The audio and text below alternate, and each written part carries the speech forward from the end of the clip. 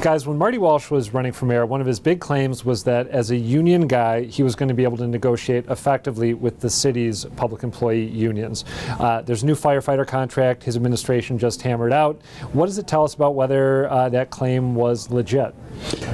Let me kind of answer that. All right. What it tells us is he's a better labor negotiator than Mayor Menino was. Why do you say that? Because he got an agreement less than the firefighter, less than the police, whose total cost was $25.4 million. The firefighters came in at $18.8 million. That's substantial. It was low-key, there's no arbitration, and I have to say that talking to people throughout City Hall, and especially some people close to the teachers union who say relations between the city and the teachers union is much better because of the new superintendent, that labor relations in general are better. However, this is still a very expensive contract, and while he did a solid job, you know, he could have been punishing, and it's not, but it's still not good news because it costs so much, and not very much was given back. David, what's your take?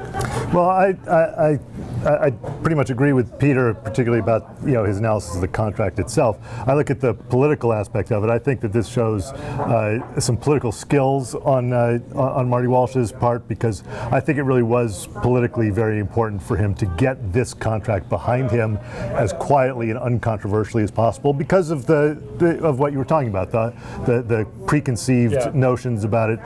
If this had gotten bitter and had gone into arbitration and so on, there would have been a lot of poking and prying about what is he giving up, what is he and this, it looks to me like, I mean, these kind of contracts are never going to go quietly, but relatively speaking, I think that it's going to be less of a fuss for him politically. Let me ask a follow-up of both of you.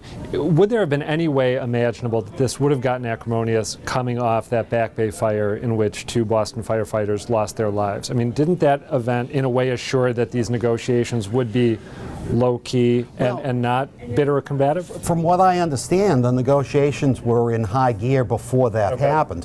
They would have changed the tenor.